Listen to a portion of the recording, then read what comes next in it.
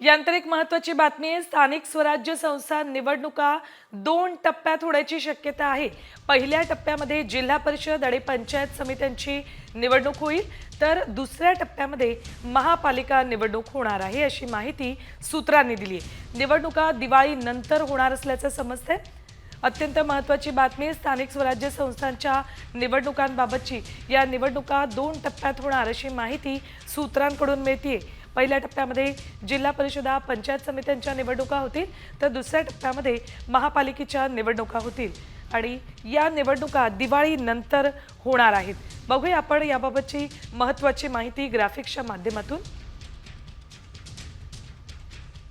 बघा, एकूण 29 महापालिका आहेत आणि या सगळ्या महापालिकांची मुदत संपलेली आहे।